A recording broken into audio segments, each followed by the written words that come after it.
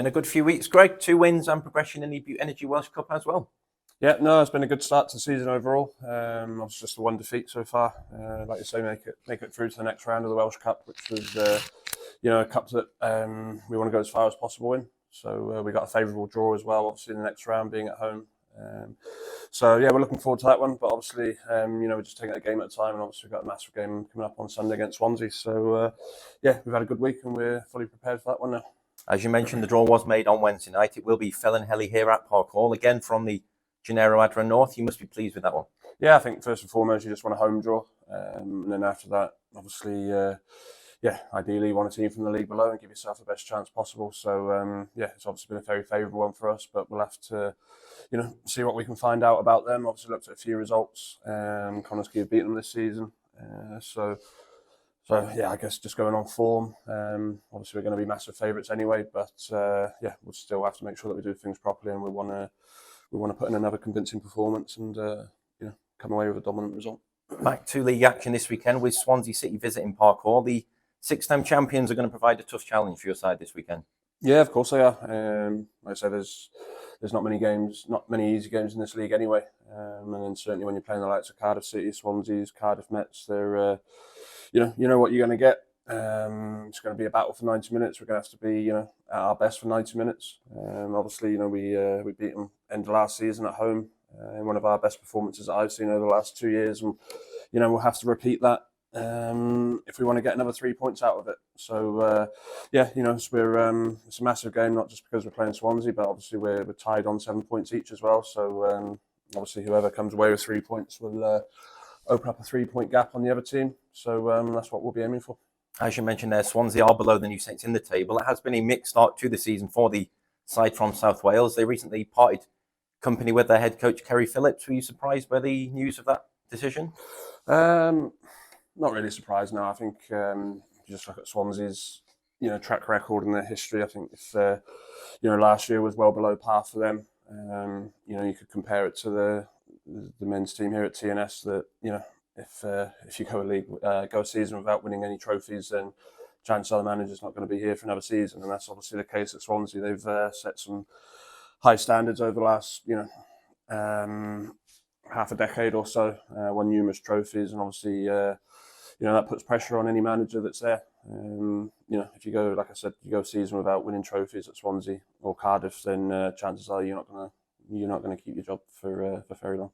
Sunday's game marks the start of a tricky run of fixtures actually for your side, as 3 of the next games are against sides that are all in the top 5. Obviously, this provides a great chance to assess your progress that you've made this time around. Yeah, I think I say we've got a great run all the way up to Christmas. Obviously, we've got a massive game a week on Sunday, but like I said last week, we're just taking it a game at a time. We're looking no further than Swansea this week. We know what they're going to be about. I think in my opinion, it's probably the 2 best attacking teams in the league going at it on Sunday. Their front three, our front three, 4 players. I think both teams have numerous players who on their day are more than capable of winning matches for their team. They've got a few individuals who we'll have to keep an eye on.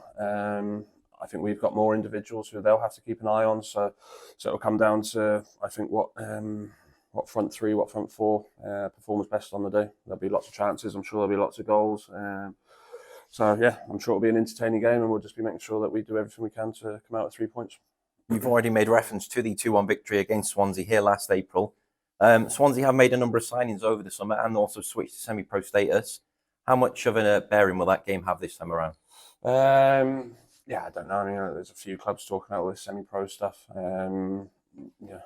don't really know what it means, to be honest. I mean, we've been, our players are getting very well looked after these days. So, I don't know. We could probably call ourselves semi-pro, to be honest, if you wanted to. We just haven't been shouting about it. So it's doesn't really mean much in my opinion. Obviously, Swansea have gone semi-pro, and within 3 or 4 weeks, the manager got sacked. So probably means things aren't running completely smoothly there. So they're obviously on the hunt for a new manager. They say they've signed some players, signed a couple from Cardiff Met who have done well for Cardiff Met over the years. There'll be a solid test, and like I said, if we're not at our best, then we'll probably struggle to come away with 3 points. So it's down to our players and down to myself and the rest of the coaching staff to make sure that the players are in the right frame of mind and doing everything they can to get 3 points. It's been great to see both Ellie Hill and Matilda Edge make their first team debuts in recent weeks. How important is it to have that pathway linking the under-19s to the first team? Yeah, no, it's great. I think the club's probably in the strongest position it's ever been. You know, like I say, with the under-19s capable of stepping up now. It's been great to get Tilly on the pitch the last 2 weeks. Obviously, Ellie away at Cardiff as well. And, you know, there's sort of 3 or 4 other players as well that are training with the first team on a regular basis as well. So Matt, Paul and Andy are doing a great job with the under-19s.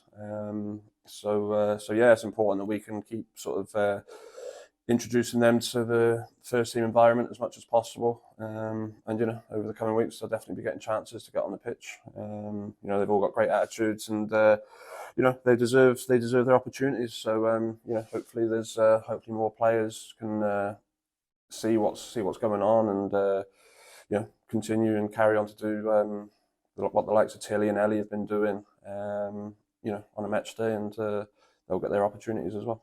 Finally, Greg, as we sit here on Friday morning, what is the injury situation looking like ahead of Sunday's game against Swansea? Yeah, fully fit squad apart from Chloe Shirley. Chloe Shirley took a horrific injury last week, complete freak of an accident really. I think she's rolled her ankle, twisted her ankle. But it looks like she's ruptured some ligaments, so chances are she's probably going to be out for a lengthy period, looking at, you know, at least 3, 4, 5 months probably.